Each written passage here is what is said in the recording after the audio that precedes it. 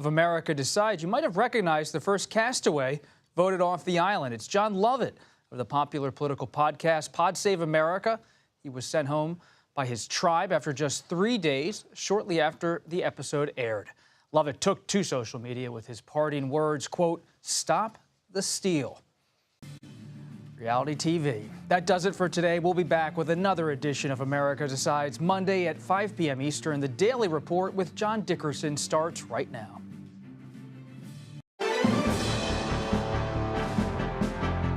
Welcome to the Daily Report for September 19th, 2024. I'm Lindsay Reiser in for John Dickerson. First, there were exploding pagers and walkie-talkies. Now there are exploding missiles from the sky. Hezbollah and Israel trade attacks. Israel is already fighting Hamas in the south. Is Lebanon going to become another front in the north? We'll discuss efforts to stop this from escalating even more. Back at the U.S. southern border, we have new reporting showing the deadly trek migrants take to cross and the volunteers tasked with finding those who go missing. Our Camilo Montoya Galvez spoke with them about the closure they try to give families. You love watching videos on TikTok and YouTube, but are those apps watching you? The FTC says social media and streaming companies are conducting vast surveillance of users and collecting more personal data than we thought. How they're using that data to target the advertising you see. A panel of UN experts urges global rules for governing artificial intelligence. Given our current state of affairs, there are concerns about bad actors using it on the battlefield. Plus, two stories about our strange world. One about a python. We'll give you some time to look away, don't worry. The other about a mini moon. We'll make sure you know when to look up. The Daily Report starts in a moment.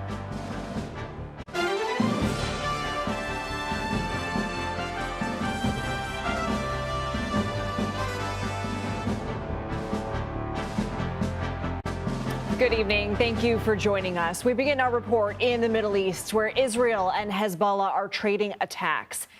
The IDF launched a round of airstrikes Thursday targeting inside Lebanon. Hezbollah has also fired strikes, killing at least 2 Israeli soldiers in northern Israel. This comes after devices, including pagers and walkie-talkies used by Hezbollah militants, exploded in Lebanon this week. At least 37 people were killed and thousands more injured. CBS News foreign correspondent Chris Livesay has the latest.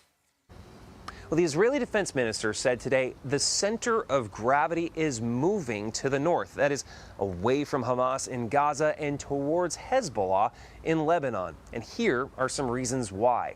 In Metula, that's Israel's northernmost village, homes are ablaze after Hezbollah began bombarding it with rockets. And not far away, 2 Israeli soldiers were killed. The same evening, Israel says it struck dozens of Hezbollah targets, including rocket launchers and weapons depots. Remember, Hezbollah began attacking northern Israel the day after the October 7 massacre carried out by Hamas in solidarity. Both groups are backed by Iran. And since then, tens of thousands of Israelis have been displaced from their homes amid the fierce exchanges of fire. And just this week, Prime Minister Netanyahu said securing this area is now one of the country's official war aims. So far, we haven't seen the same kind of mobilization we witnessed in the run-up to the invasion of Gaza. No tanks or armored personnel carriers lining the highways, but keep in mind, Israel was taken completely by surprise when Hamas attacked nearly a year ago, whereas here in the north, it's already been bracing for war with Hezbollah for years. Lindsay? Chris Livesay, thank you. David Daoud joins me now for more. He's a senior fellow at the Foundation for Defense of Democracies, a nonpartisan research institute focusing on foreign policy and national security. David, thanks for being here. Hezbollah says Israel's actions are a declaration of war, suggesting they'll retaliate. What do you think the militant group is assessing when it comes to a potential provocation against Israel? Thank you for having me on. So we need to contextualize those comments. These comments that you just noted came within Secretary General Hassan Nasrallah's speech earlier today. And while he did say that this was a declaration of war, he didn't himself then say that Hezbollah would retaliate in kind, at least in the immediate term. The speech was really more of a damage control, an exercise in damage control, where he tried to minimize the extent of the Israeli accomplishment, to misdirect primarily the group's followers and support base towards Hezbollah's alleged accomplishments since October 8th, when the organization began attacking Israel without provocation, and then presenting challenges to the Israelis, recommitting to Hezbollah's war aim at the outset of the war to continue attacking Israel until a prior ceasefire is achieved in Gaza, and then challenging Prime Minister Netanyahu and Defense Minister Gallant that if to try to return the citizens of northern Israel to their homes by force and not by an agreement with Hezbollah. Do you think Hezbollah will retaliate? I mean, how would you describe the state of play right now and how things are different between Israel and Hezbollah after this?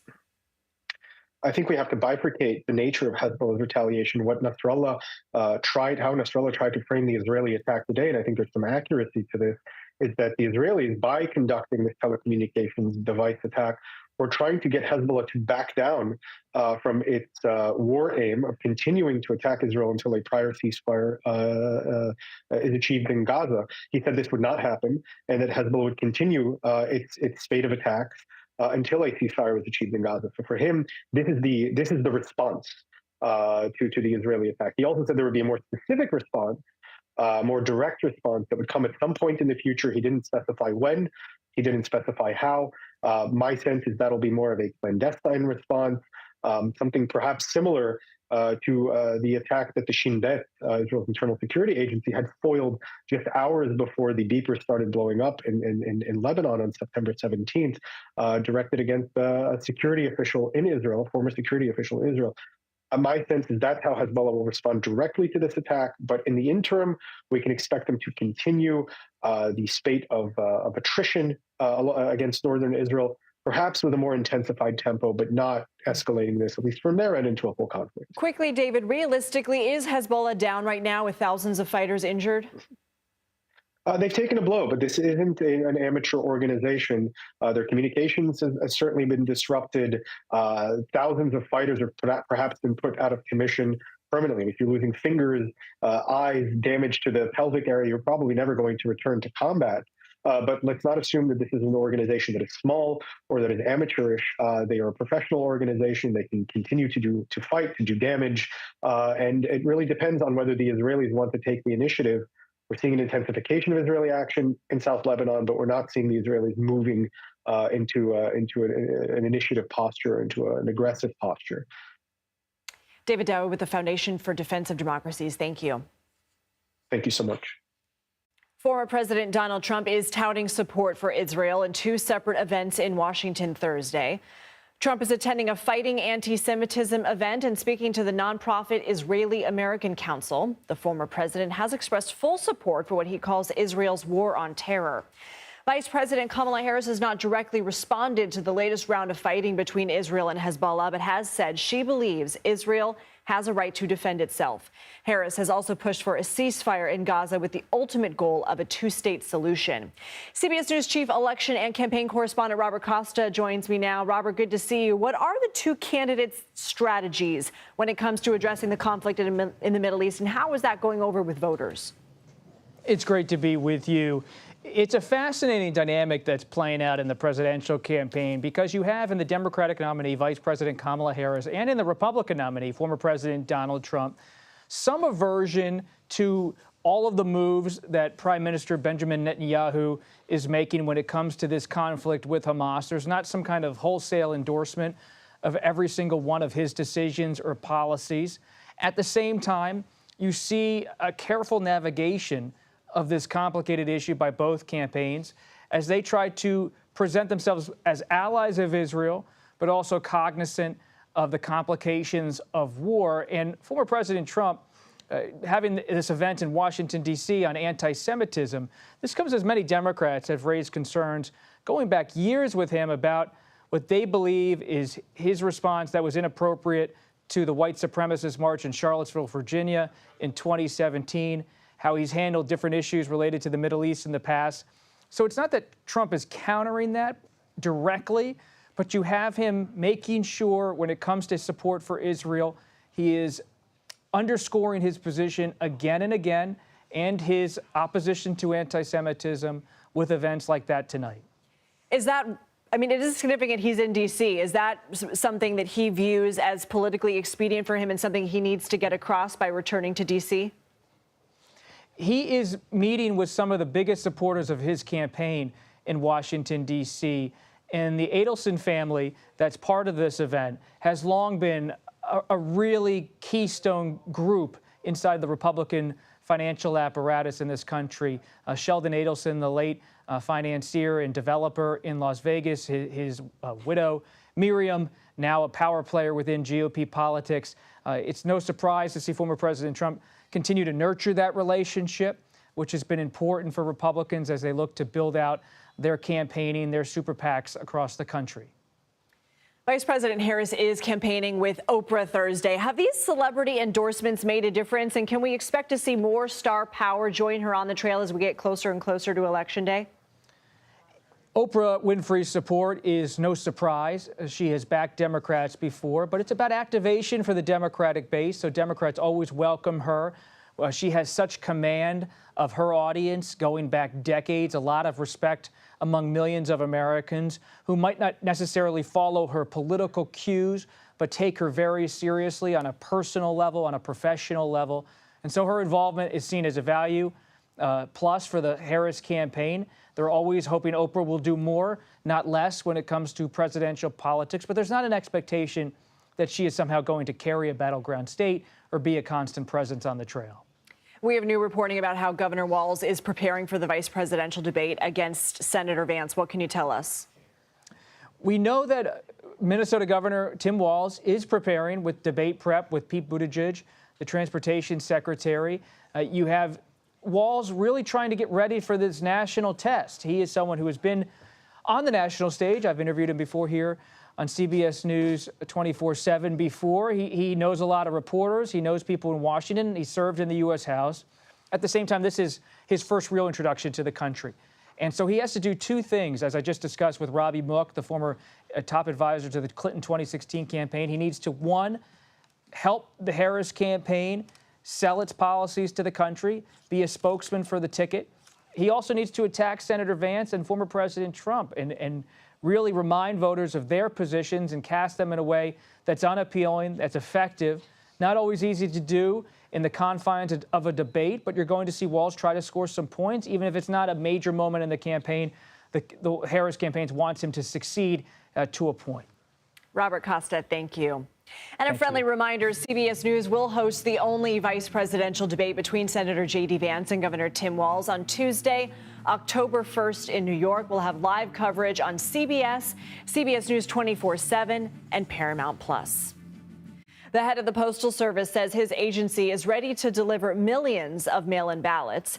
With 47 days to go until Election Day, Postmaster General Louis DeJoy held a news conference Thursday on efforts to ensure ballots are delivered on time and end up in the right place. Moving the nation's election mail over the next 47 days is an all-hands-on-deck effort for the Postal Service. We encourage the voting public to mail early if they choose to vote by mail, and to put their returned ballot back in the mail at least 7 days before it must be back to their election official under the laws of the state where they are voting. The update comes after some federal and state election officials warned of issues with mail delivery, saying they could risk disenfranchising voters. Mail-in voting grew in popularity during the COVID-19 pandemic. A government survey found 43% of voters cast their ballots by mail in 2020. Ukrainian President Volodymyr Zelensky is set to meet separately with President Biden, Vice President Harris, and former President Trump next week. Zelensky says he's eager to share details of his, quote, victory plan to the three as the war with Russia intensifies. He's also scheduled to address the United Nations General Assembly on Wednesday. The Biden administration has said it is preparing another substantial package of military aid to be delivered by the end of the month. Still to come, disturbing comments allegedly made by the Republican candidate for governor in North Carolina. What a recent report suggests about Mark Robinson's online history. Plus, thousands of migrants have died attempting to cross the U.S.-Mexico border in recent years. Now, volunteers are searching for those who have gone missing. You're streaming The Daily Report.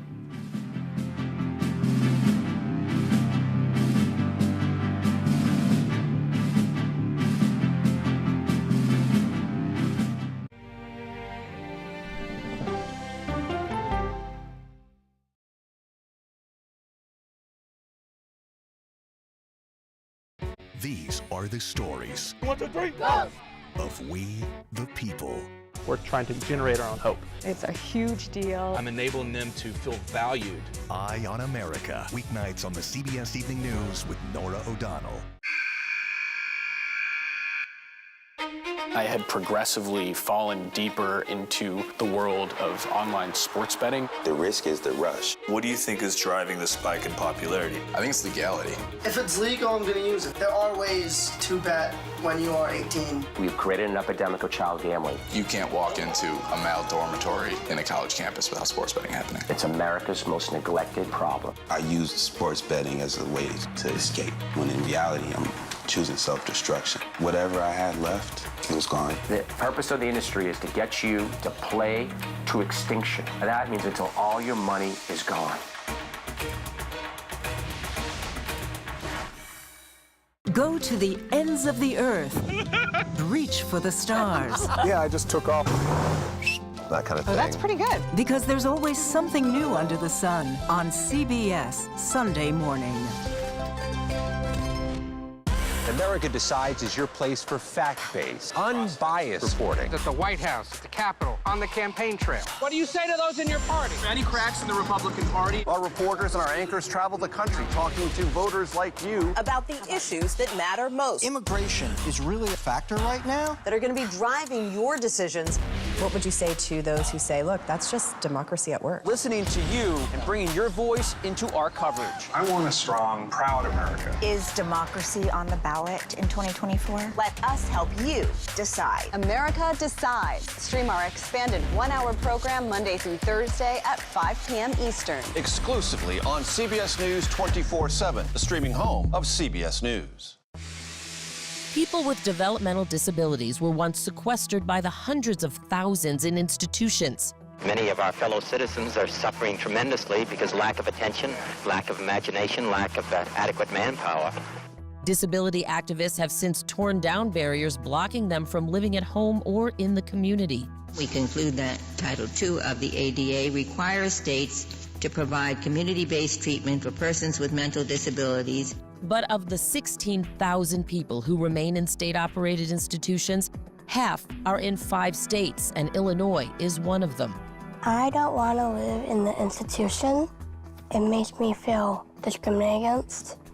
Do you think there are people living in institutions in Illinois that don't need to be living there? Yeah, because they're proving it as soon as they get out.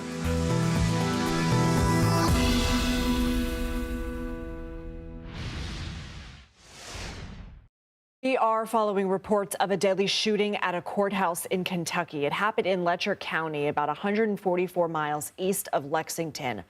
Governor Andy Beshear has confirmed that a county district judge was shot and killed in his chambers Thursday afternoon.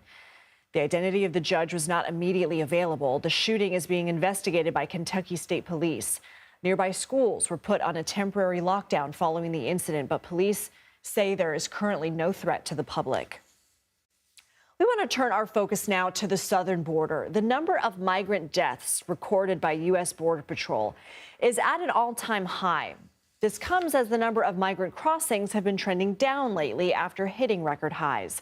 CBS News immigration reporter Camila Montoya Galvez traveled to the Arizona desert to join volunteers looking for missing migrants in one of the most remote and deadliest parts of the border. Bien, gracias. Camilo, mucho gusto. Ernesto. The search began in the dark at this parking lot.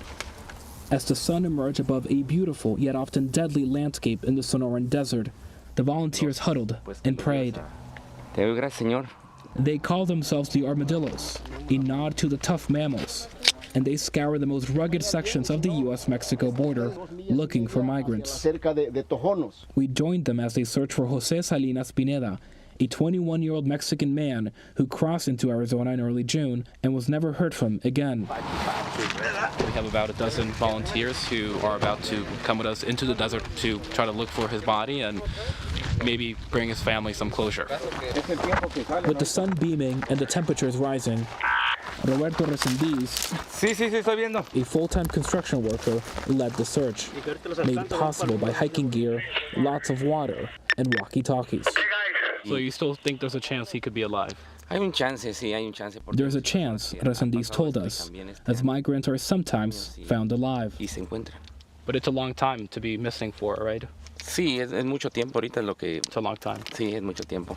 Most migrants crossing the U.S.-Mexico border actively look for Border Patrol agents to begin the asylum process, but some try to evade detection and capture by crossing in remote and rugged stretches of the border, just like this one in Arizona, where the chances of perishing are greater than in other areas. The United Nations actually calls this border the deadliest land border in the world. And official figures back that up. Border Patrol has reported record levels of migrant deaths over the past years, including nearly 900 in fiscal year 2022, an all-time high. In the Arizona desert, the dangers of the journey were clear. Over 9 hours, we traversed 12 miles of desolate cactus-filled terrain with little shade to escape the triple-digit heat. We found a bone and items abandoned by migrants. But there was no sign of Salinas Pineda. Humanitarian aid is not a crime. Volunteer Gustavo Sanchez-Bachman says helping migrants like Salinas Pineda stay alive should transcend political divisions on immigration. They get here, they're tired, they're weak, and they die some of the most difficult deaths you can imagine. Dehydration, exposure to heat. And so it's important for us to do this work to try to provide some relief, some aid, and some sense of humanity.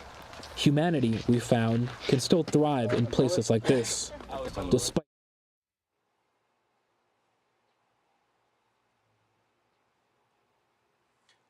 We tracked down the sister of Salinas Pineda in Mexico, and she is still desperately trying to find and locate her brother, who has been missing since early June after he crossed into the U.S. illegally. She also told us that the reason that he traveled to the U.S. was to chase the American dream, and we found that that American dream can sometimes end tragically in places like the Sonoran Desert. Lindsay? Camila, why has there been an uptick in migrant deaths in recent years? Well, Lindsay, if you ask U.S. officials and Customs and Border Protection officers, they will tell you that this increase in the number of people dying trying to enter the U.S. reflects an overall increase in the number of migrants crossing the U.S.-Mexico border in the first place. The more people crossing the border, that argument goes, the more people are unfortunately and tragically going to die attempting to do so. But some advocates did tell us, Lindsay, that they believe U.S. government policy is also playing a role. They believe that harsher asylum regulations like those issued by President Biden in early June are pushing migrants and asylum seekers to cross in more dangerous and remote areas of the border where the chances of perishing are higher. They do that, Lindsay, to try to avoid detection and avoid being deported back to Mexico under the more stringent rules. But what is objectively true, Lindsay, is that some of the terrain here is very hostile. We walked for several hours and we were exhausted by the end of the day. Well, that leads me to my next question, Camilo. Are these volunteers facing physical and emotional harm themselves? Some of them do, and we know that most of these volunteers are immigrants themselves, and the reason they do this work, Lindsay, is to try to help fellow immigrants. But yes, they told us that this does take an emotional toll on them, and that they have to also deal with the trauma that some of the migrants do as well, and they also have to deal with the heartbreak when they listen to the families of those who have died or have gone missing in the desert, because these are the volunteers who first contact the families of those who are missing in the desert. So yes. The armadillos. All right, Camilo Montoya Galvez, thank you. Millions of Americans from the Southwest to the Great Lakes are experiencing a late week warm-up. For more, here's meteorologist Mike Bettis from our partners at the Weather Channel.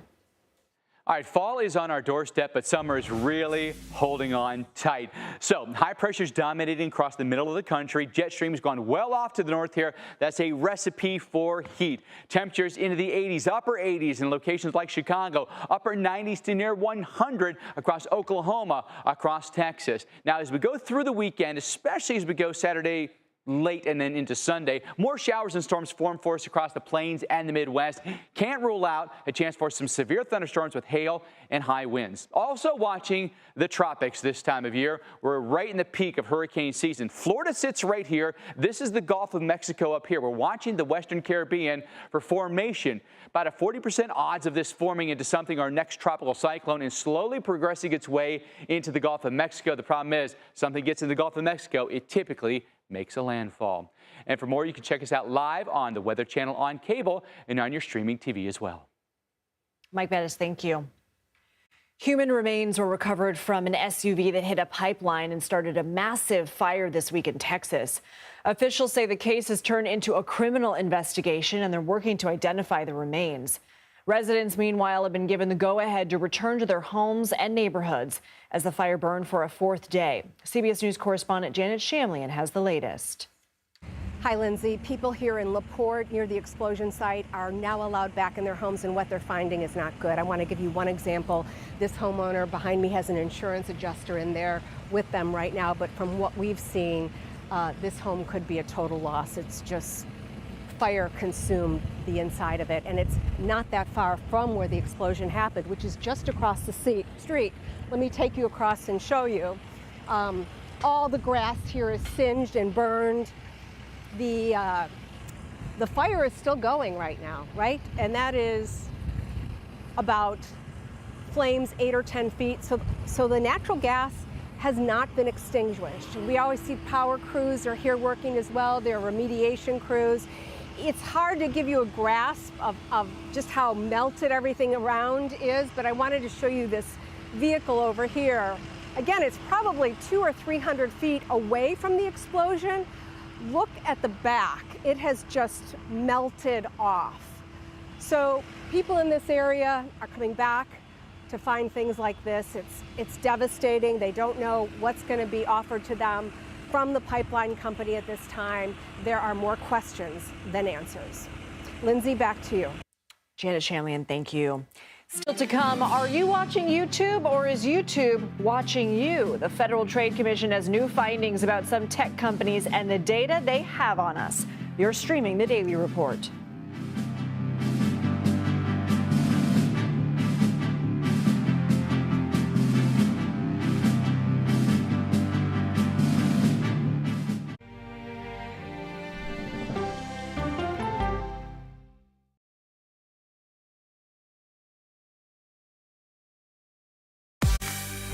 On our places, bright, shiny faces. When you wake up in the morning, we want to be your go-to team. Nate has one of the quickest minds I've ever seen. Tony has a way of making people feel comfortable. Gail has this unbelievable knack to ask the question that you're asking at home. I've been told I could talk to a tree, and that's pretty much true. I don't go to work in the morning. I go for coffee with my two good friends, and we talk about the world. Your morning routine just got better. CBS Mornings, weekdays at 7. It didn't seem like anything could happen, because nothing ever happens in East Palestine, but it did. Authorities released toxic fumes from 5 derailed train cars. Resident, please evacuate. Acute bronchitis due to chemical fumes. Did you ever have these problems before the derailment? No, ma'am. This neighborhood's not safe no more. We can assure the community that there's not vinyl chloride entering their communities. Then why are there so many people feeling these various symptoms of bloody noses or difficulty breathing, bronchitis? That's a hard question to answer. We're talking about one of the most blatant releases of a mixture of some of the most toxic chemicals that we've seen in America. I feel like now I have a duty to warn other communities. If my daughter has to watch me die of cancer, at least it saves someone else.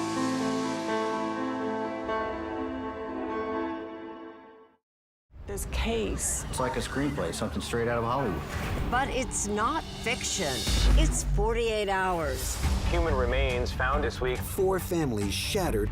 There's no physical evidence. The mystery would haunt investigators for years. There's some questions that have to be asked and need to be answered. Like a John Grisham novel. A gripping true crime original. 48 hours. Now streaming on the free CBS News app. Stories that inform. You can be really old at 60, and you can be really young at 85. Inspire. How do we unlock the power within ourselves to be who we want to be? And brighten your day. The best part of fame is making people feel good. Always send the people home happy. Make every day a little more like Sunday morning. Here comes the sun. Stream now on the free CBS News app. Hello, everyone, and welcome to our Dragon capsule here in space. Sightseers in space, the thrill of a lifetime. Seeing the Earth from space, it was so exhilarating. But the risks that come with the territory. There have been 4 fatal accidents. That's a 1% fatal accident rate. Might make you look before you launch. If you had 1 out of 100 airplanes falling out of the sky, we'd have a public crisis. Space tourism, now streaming on the free CBS News app. Welcome back to the Daily Report. I'm Lindsay Reiser. Here are some additions to our top stories. Israel and Hezbollah traded fire Thursday after a series of deadly electronic explosions in Lebanon. Israel has not publicly taken responsibility for the explosions, but Hezbollah has vowed to retaliate. The fighting is fueling fears of a wider conflict in the already contentious region. A judge has pushed Hunter Biden's sentencing in his Delaware federal gun case to December 4th. The president's son had requested a delay due to the ongoing legal work in his California tax case where he has pleaded guilty. The U.S. Postmaster General is defending the Postal Service amid some concerns about mail-in ballots. Louis DeJoy said it's currently an all-hands-on-deck effort. This includes advancing election mail ahead of other mail and daily checks to make sure election materials are accounted for. You may be taking a break from TikTok or Twitch to watch CBS News 24/7 right now. Well, the new report from the Federal Trade Commission finds that many major social media platforms are collecting and sharing more personal data than most users realize. Over the past 4 years, the FTC examined how 9 video and media companies gathered and used consumer data. You see those companies on your screen. It found what it describes as a, quote, vast surveillance of users with lax privacy controls and inadequate safeguards for kids and teens. Ahead of these findings, Meta on Tuesday announced Instagram for teens, including new rules like mandating private profiles for users under 16, pausing notifications at night, and some other safeguards that require parents to step in. TikTok has also been in the news this week. The platform faces a potential ban in the U.S. if it doesn't divest from its China-based parent company, ByteDance. There have been concerns about data sharing with China, and representatives argued their case in a federal appeals court Monday.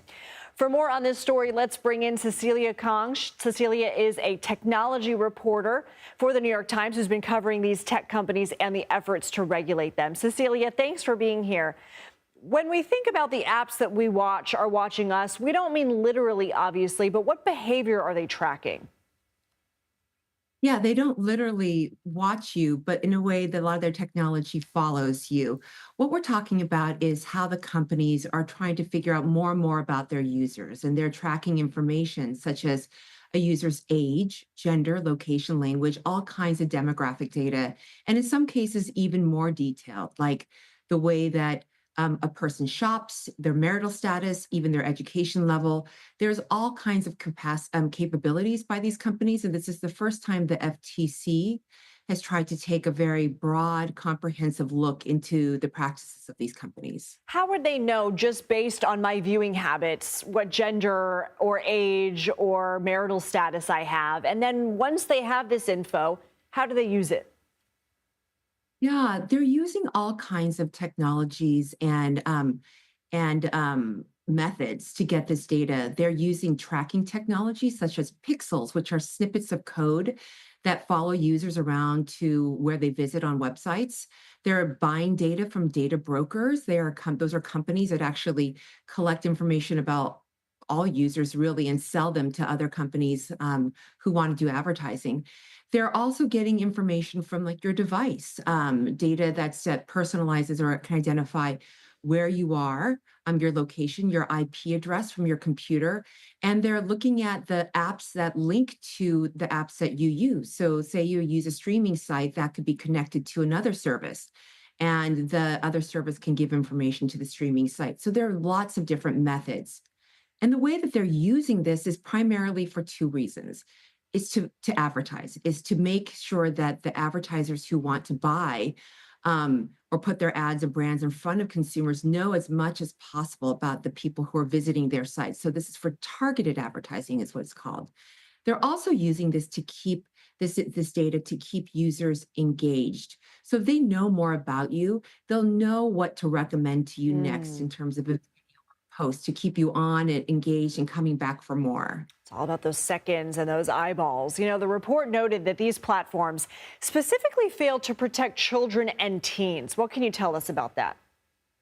Yeah, what the Federal Trade Commission saw and was able to see across these 9 companies is that many of the companies said that they do not allow users under 13.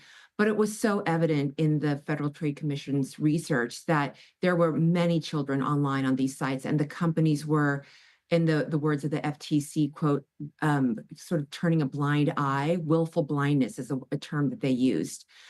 They were also, interestingly, the FTC was interested in how these sites treat teenagers and how the teenagers were being lumped into the same sort of practices that these companies have, these websites have for adults.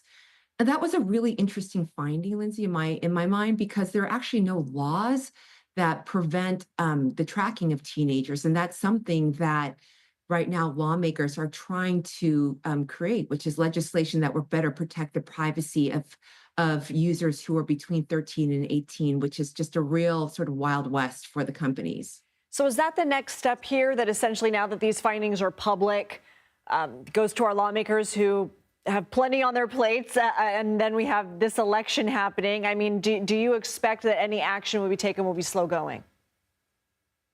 You know, I've followed this space for more than a decade, and I've seen probably more than a dozen privacy bills proposed in Congress, and none of them have been passed. There's a lot of interest in passing one, and it's a bipartisan interest. But there's just a very strong lobby by the technology industry to prevent these laws from being enacted for whatever details. Many of it has to do with how strong these laws are. So I think it'll be really hard, just generally giving the track record, and especially because at this point, there's going to be very little passed in Congress before the election.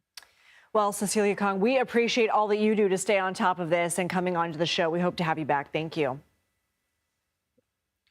The FBI says Iranian hackers tried to undermine the Trump campaign over the summer. Federal agencies say hackers obtained private information from the former president's campaign and sent them to people connected with the then Biden campaign in late June and early July.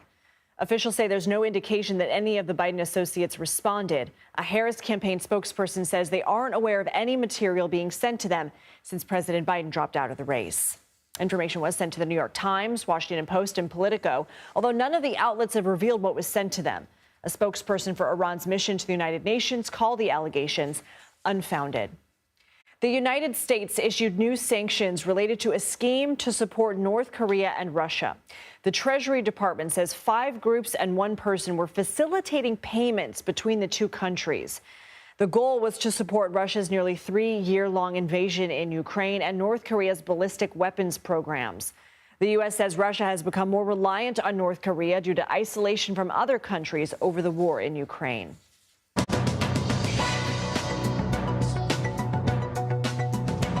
The number of Americans filing for unemployment dropped to a 4-month low last week. New numbers from the Labor Department show there were 219,000 new jobless claims in the week ending September 14th.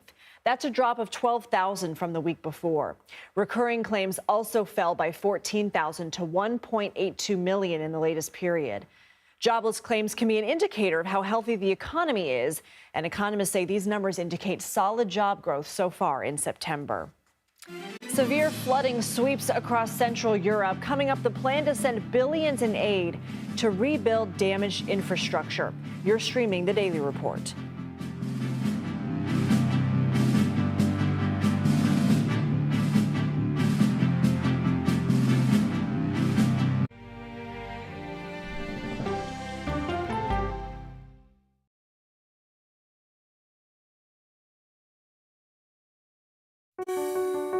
Washington is the seat of power. National security, foreign policy, global economics, every story comes through Washington in some way. We bring some of the most powerful voices in America to the table. We don't just ask the questions, you have to go deeper. We try to understand what's at the heart of the issue we're talking about, to then come forward with solutions. Face the Nation on CBS. The justices ruled that Harvard and the University of North Carolina violated the Constitution. In the aftermath of the Supreme Court decision to end affirmative action in college admissions, uncertainty sets in for some students of color. Affirmative action really gave us an equal opportunity. CBS Reports explores the historic decision and what it means for those chasing an opportunity to change their lives. I knew that college was the ticket to break this cycle. The end of affirmative action, now streaming on the free CBS News app. America Decides is your place for fact-based, unbiased reporting. At the White House, at the Capitol, on the campaign trail. What do you say to those in your party? Any cracks in the Republican Party? Our reporters and our anchors travel the country talking to voters like you about the issues that matter most. Immigration is really a factor right now that are going to be driving your decisions. What would you say to those who say, look, that's just democracy at work? Listening to you and bringing your voice into our coverage. I want a strong, proud America. Is democracy on the ballot in 2024? Let us help you decide. America Decides on CBS News 24/7. Stream our expanded one-hour program Monday through Thursday at 5 p.m. Eastern. An original documentary from CBS Reports. AI is among the most world-changing technologies ever. Curing diseases, scientific breakthroughs, making lives better. They can help us with medical discoveries, scientific discoveries, doing better agriculture, having cures for things like Alzheimer's. It's also going to really transform the way we work.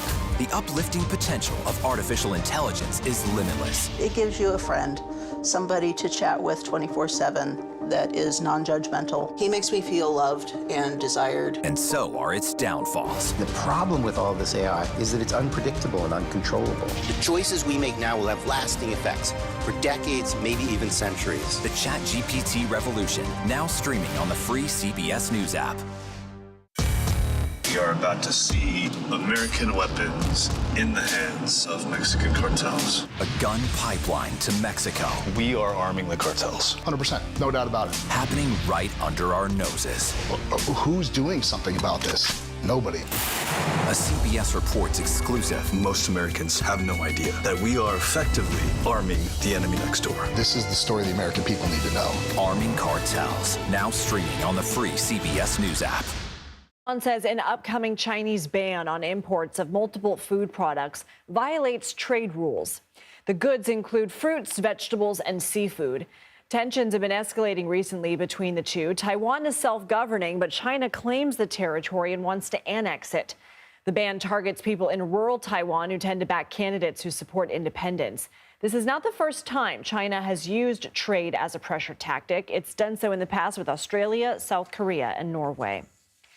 A Thai woman spent about 2 hours in the grip of a massive python Tuesday night. A warning, some of the images may be disturbing to some viewers.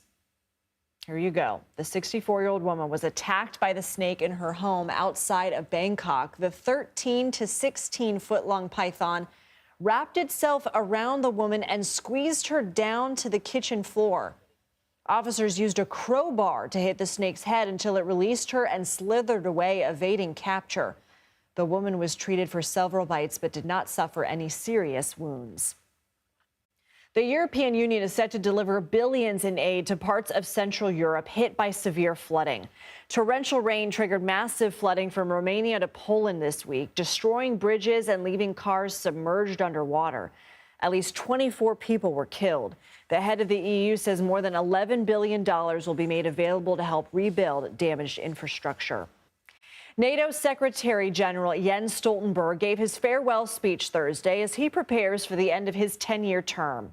He highlighted increased defense spending and bringing 4 new nations into the alliance. Stoltenberg is leaving during a time of tension in Eastern Europe, and he urged continued support of Ukraine. During his address, he told member nations, quote, "We have to be willing to pay the price for peace." Dutch Prime Minister Mark Rutte will take over as Secretary General on October 1st. Setting the rules of the road for artificial intelligence. Coming up, a UN advisory group reveals its recommendations for global standards on AI. You're streaming the Daily Report.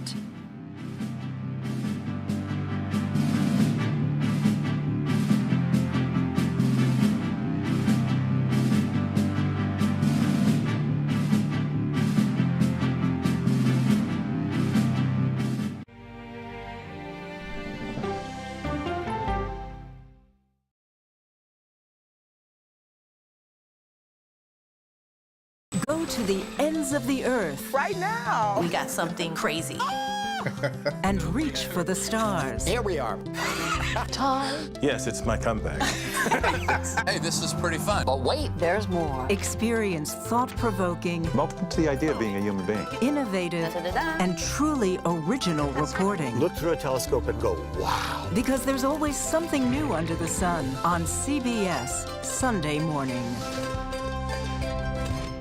At this moment, terrorists could be plotting another attack. 9/11 triggered a counter-terrorist system that included a secret database. This person needs a closer look. A growing list of nearly 2 million people, including some Americans who say they're innocent. For 1 hour flight, I have to spend 6 hours to go and come back. CBS Reports explores the system, the people responsible for it, and those pushing for change. I'm not fighting against them. I'm fighting for them to do the right thing. The Watch List, now streaming on the free CBS News app. Don't miss true crime anytime you want, anywhere you go. With the 48 Hours podcast. Real crimes, real lives, real justice. There's some questions that have to be asked and need to be answered. Listen to 48 Hours on Apple Podcasts. An original documentary from CBS Reports. Imagine yourself in Manhattan with no police, no army, no mayor. The people of Haiti stare down poverty, corruption, natural disasters, and violence. 90% of the guns that are used by gangs in Haiti are American guns. But with an unbreakable spirit and eternal optimism. There are days where I cry, but we can't be discouraged. We still believe in Haiti. They're still able to look ahead with hope. Haiti is on the brink of transformation, a radical shift. Nations are coming together and saying things must change. Fighting for Haiti, now streaming on the free CBS News app. Hey there, welcome to The Uplift. I thought she was a groom, and I stepped back and I went, oh, you're the queen. She's going to be with me every instant that I'm alive. I just wanted to see if you'd go to Disneyland with me today. I look over at him and he's smiling. I'm going to remember that the rest of my life. They told us when he was going to be born, he was only going to live for 30 minutes. It's really a miracle that he's with us today. The Uplift. Stream now on the free CBS News app.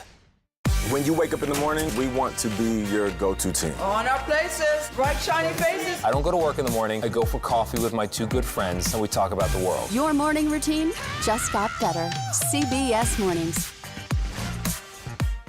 A CBS News investigation. People looking for love, finding their life savings gone. This could happen to anybody. And sometimes losing their lives. Anything for love.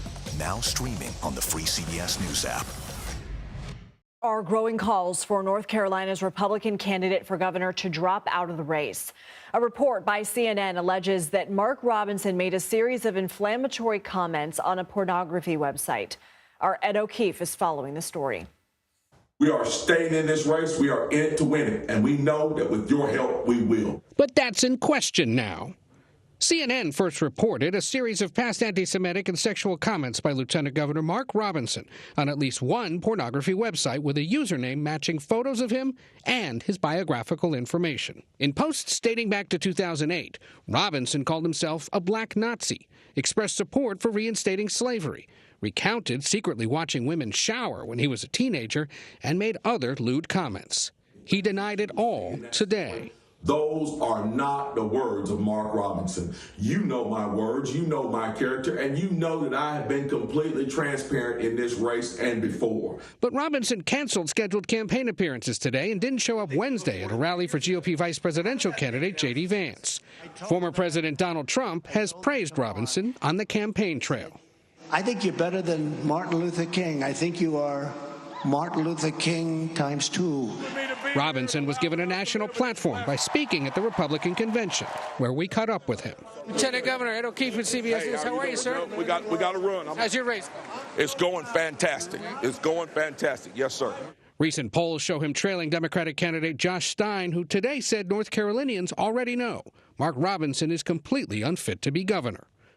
Ballots are already printed in North Carolina, but state law says candidates have until midnight tonight to drop out of any race. So if Robinson does so, the state's GOP executive committee would pick a replacement, and voters could vote for the new contender by voting for Robinson on their ballot.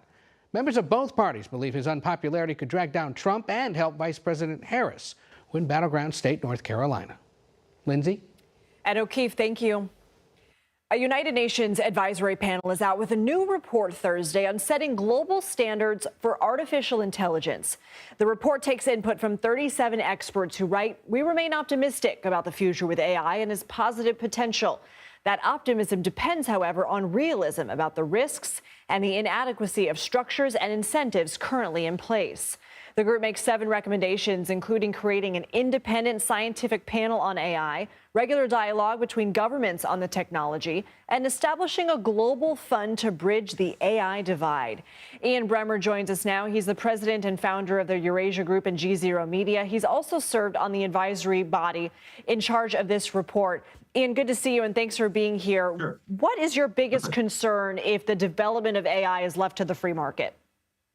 Well, my biggest concern in terms of this UN report is that all of the international agreements on AI so far have included all of the advanced industrial democracies, but excluded most of the world. And so this is the first international governance that brings together the entire world. And since this technology, it needs to be available for 8 billion people. It needs to be applied to every sector of the global economy. It's transformative, and we're very optimistic about what it can accomplish, but you need to make it available, and it needs to be inclusive, and so that's what we're trying to do. I don't have to tell you, but given the state of the world with conflicts in the Middle East, Ukraine, ongoing tensions in the South China Sea, what should the standard be for the use of AI on the battlefield? First of all, it was back in 1962 when we had the Cuban Missile Crisis between the Americans and the Soviets. There were no arms control dialogues or agreements between the Americans and the Soviets until then. In other words, we waited until we came close to blowing each other and the world up before we started talking about it. The standard should be that we don't want to wait until the next AI military crisis, especially between the Americans and the Chinese. And as I'm sure you see, what's happening right now is everyone's concerned about competition. They're very excited about the transformation. And so they're just plowing ahead because they don't want anyone to catch up. Well, you were going to have the next American president is going to have to prioritize U.S.-China AI arms control. We're going to have to engage with them so we understand that there are certain areas that we don't want to end up blowing each other up. That hasn't started yet. Well, the report looks to also address the AI divide. You touched on that briefly by saying it has to be inclusive. What does that mean, and why is that a concern?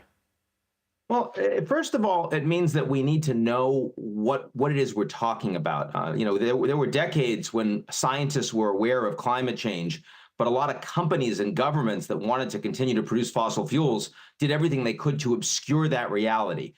It took us decades before we finally were able to get everyone admitting, yes, we're actually, rising sea levels and the rest. On AI, you need the world to come together to understand what the standards for AI are. That has to be done globally. The data repositories that are being developed. You need the world to understand both the state of play of the opportunities and the risks, which are changing not year to year, they're changing day to day. So you need the people together in the room from the private sector, from the governments, and from the scientific community. They have to be able to engage and communicate. You have to stand up that architecture so that we can start to address using these tools effectively and also mitigating the risks. In other words, we're not talking about standing up a government that will govern AI. We're talking about first creating the ability for people around the world to understand what it is the challenges and the opportunities are. Do you see a willingness among world leaders and stakeholders to get into that room together and discuss this?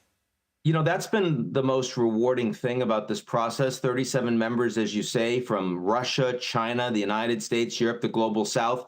Extraordinary willingness to engage, came together with this report in a year's time, which is light speed for the United Nations, frankly. And I, along with some of the other members, presented to the General Assembly with all of those governments participating in the room. They gave us applause. There was an ovation at the end of it. And the negotiations that have had behind the scenes with the governments themselves look to me very much like, I mean, we'll wait until the jury's out, until it's out. But it looks like they're going to actually accept the majority of these recommendations and stand up this architecture. Turns out that, you know, it's not every issue that we have to be fighting each other over. And there's a lot of room to work together on AI. Ian Bremmer, thank you. Sure.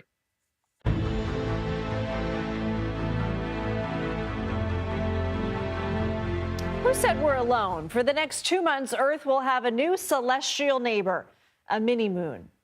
Asteroid 2024 PT5 was spotted on a trajectory toward Earth last month.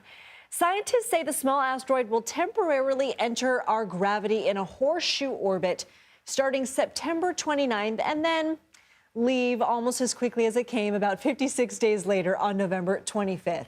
The asteroid, take a look at the sizing here. It's 33 feet long. Shouldn't it be a micro moon? It's taller than the average giraffe, not quite as wide as a city bus. And because of its size, most people won't get a glimpse of this mini moon. Too small to see without professional equipment, but maybe you know somebody with a really nice telescope. All right, here's a look at some of the stories we're following in our next hour. Vice President Harris and former President Trump are in the home stretch of campaigning with a little more than 40 days until Election Day. Harris holds an event with Oprah as Trump heads to Washington to show support for Israel. There is new fighting between Hezbollah and Israel after devices used by militants exploded in Lebanon. We have a report from the ground. And we bring you the story of volunteers taking on the heartbreaking and difficult job of searching for missing migrants near the U.S.-Mexico border. You're streaming CBS News 24/7.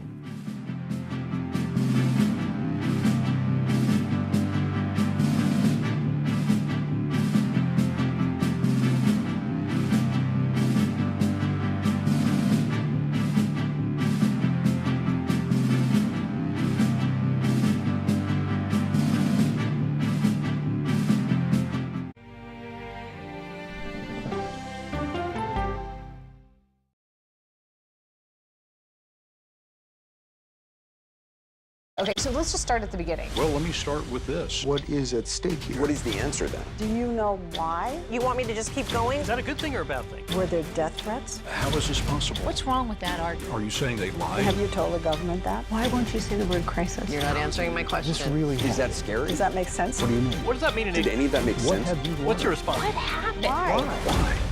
It's time for the CBS News Original 60 Minutes, Sunday on CBS and streaming on Paramount Plus.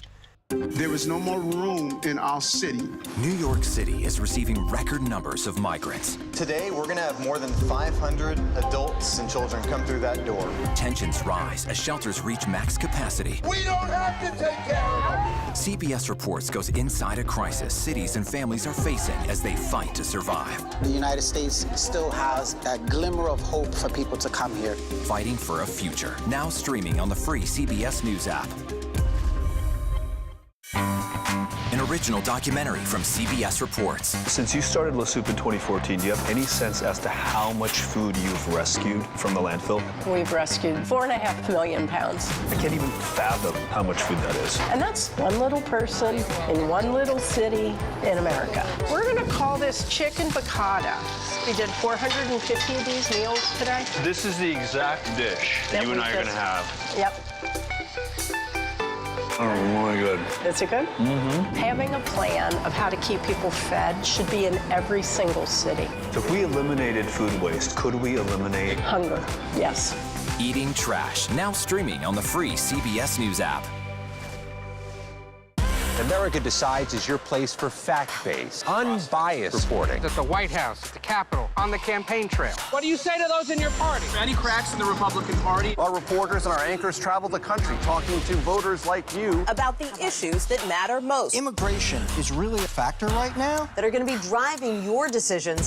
What would you say to those who say, look, that's just democracy at work? Listening to you and bringing your voice into our coverage. I want a strong, proud America. Is democracy on the ballot in 2024? Let us help you decide. America Decides on CBS News 24/7. Stream our expanded one-hour program Monday through Thursday at 5 p.m. Eastern. When people say who's first to get in the morning, that would be me. Morning news matters because it sets the tone for your day, and it's a way of getting you started. Day to day, that first draft of history, it happens right here. We're going to uplift you. We're going to send you out your way. We take you places. We teach you new things. And we make you feel like, it's not all bad. People say to me, you always seem to be having a good time. And you know what? You're right. Your morning routine just got better. CBS Mornings, weekdays at 7. Eye on America, weeknights on the CBS Evening News with Norah O'Donnell. Live now. Okay, let's go. You guys good? Hey. All right, we good? Keep going. The clock, it's ticking. Off we go. 60 minutes. 60 minutes. 60 minutes. It's time for 60 Minutes. Watch anytime.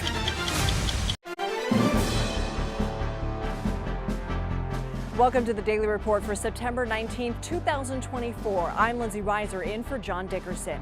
First, there were exploding pagers and walkie-talkies. Now, there are exploding missiles from the sky.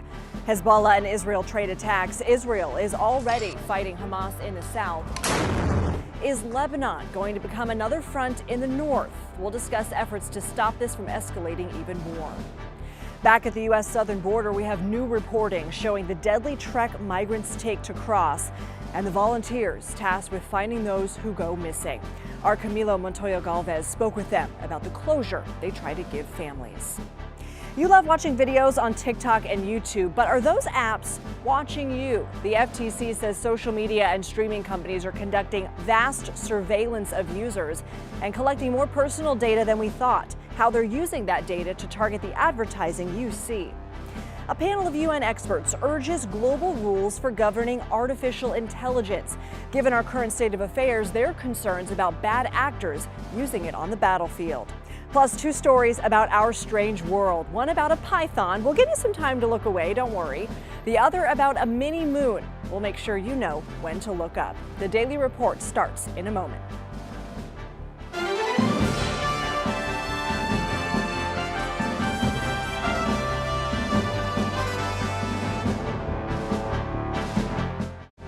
Good evening. Thank you for joining us. We begin our report in the Middle East, where Israel